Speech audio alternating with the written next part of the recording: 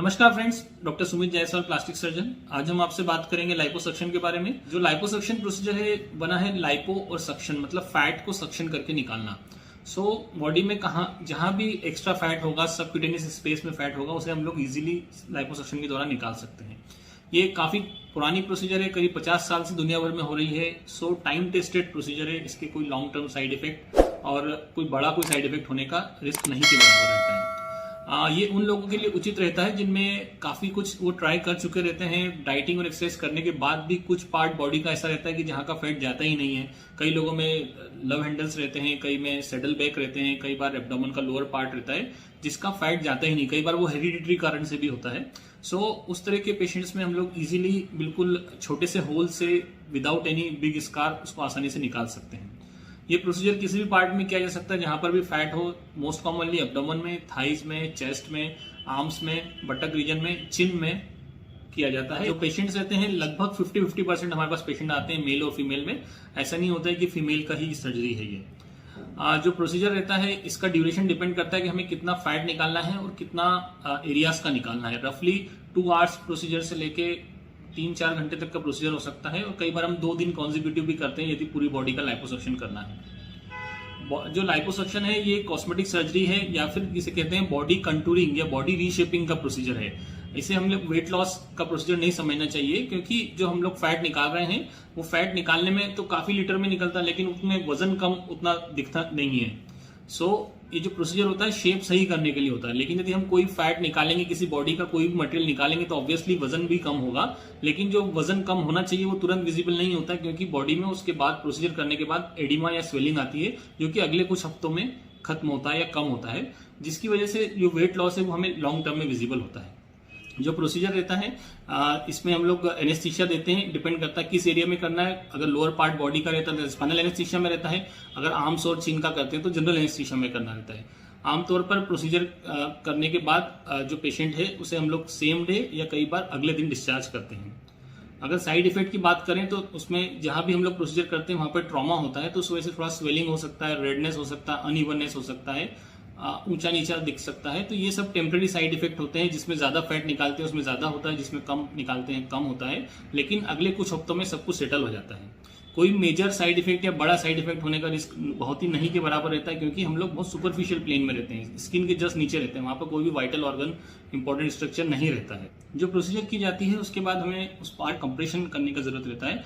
इसके लिए आपको प्रेशर गारमेंट पहनना रहता है। प्रेशर गारमेंट जस्ट टाइट कपड़े रहते हैं जो कि स्किन से एडहेयर करते हैं और उसके ऊपर आप नॉर्मल अपने रूटीन ड्रेस पहन सकते हैं। वो प्रेशर गारमेंट कितने समय पहनना है वो डिपेंड करता है कितना वॉल्यूम निकाला है, कितने एरिया में निकाला है और कितना स्वेलिंग है। आमतौर पर शुरू के 7 से 10 दिन तक स्ट्रिक्टली पहनना रहता है। उसके बाद फिर ड्यूरेशन उसका कम होते जाता है, जो कि अगले 3 हफ्ते 4 हफ्ते तक पहनना पड़ सकता है। बाकी उस पार्ट को आप गीला कर सकते हैं 4 से 5 दिन बाद। आपको कोई स्पेशल मेडिसिन लेने का जरूरत नहीं रहता है। कोई डाइट करना है, डाइटिंग करना ही पड़ेगा, ऐसा कोई कंपल्शन नहीं रहता है। अगला क्वेश्चन रहता है कि ये फिर से आ जाएगा क्या फैट? तो इसके लिए आपको समझना होगा कि जो फैट सेल रहते हैं बॉडी में 18 साल की उम्र के बाद नहीं बनते हैं। कोई भी बॉडी पर्सन का या कोई बॉडी में यदि फैट बढ़ता है, वजन बढ़ता है, तो जो एग्जिस्टिंग फैट सेल है उन्हीं का साइज बढ़ता है। तो इस प्रोसीजर में हम लोग करीब 80 से 90% तक फैट सेल निकाल देते हैं। तो प्रैक्टिकली जिस पार्ट में हम लोग लाइपोसक्शन करते हैं उस पार्ट में फैट दोबारा बढ़ने का संभावना नहीं के बराबर रहती है। कई लोगों का क्वेश्चन रहता है कि इससे कितना वेट लॉस हो जाएगा या कितने लीटर फैट निकल जाएगा। तो आमतौर पर हम लोग एक बार में यदि हम लोग एब्डोमेन, थाई, आर्म्स कर रहे हैं तो 10 to 15 लीटर्स तक फैट निकाल पाते हैं मैक्सिमम। यदि किसी का इससे ज्यादा रहता है तो उसे 2 सीटिंग में भी किया जा सकता है। और जितना हम लोग फैट निकालते हैं उतना वजन कम होना एक्सपेक्टेड रहता है, लेकिन उसमें कुछ हफ्ते लगते हैं, जैसा कि हमने ऑलरेडी आपको बताया। लाइपोसक्शन जो करने की काफ़ी सारे नए टेक्निक्स आ गई हैं, जिसमें एक टेक्निक होती है पावर असिस्टेड लाइपोसक्शन, जिसमें कि वाइब्रेटिंग टूल रहता है जो कि जो लाइपोसक्शन का प्रोसीजर या सक्शन करने का प्रोसीजर में सर्जन को हेल्प करता है। दूसरा वेजर होता है जिसमें कि अल्ट्रासाउंड गाइडेड फैट का लिक्विफिकेशन होता है और फिर जो सक्शन करने की प्रक्रिया रहती है सेम रहती है। हमारे सेंटर पे आपको सारे तरीके का लाइपोसक्शन की सुविधा मिलती है, पावर असिस्टेड हो, वेजर हो या ट्रेडिशनल लाइपोसक्शन। पेशेंट की डिमांड और जरूरत या उसकी बॉडी के हिसाब से हम लोग डिसाइड करते हैं कि उसे किस टाइप का प्रोसीजर करने का जरूरत है।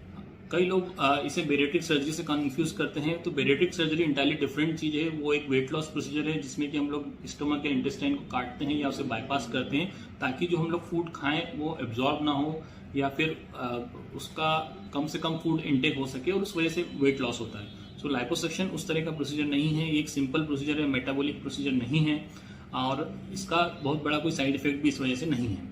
हम लोग इस तरह का जो प्रोसीजर रहते हैं हर महीने काफ़ी नंबर में करते हैं और पिछले 12 साल से हम लोग रूटीनली ये सर्जरी कर रहे हैं।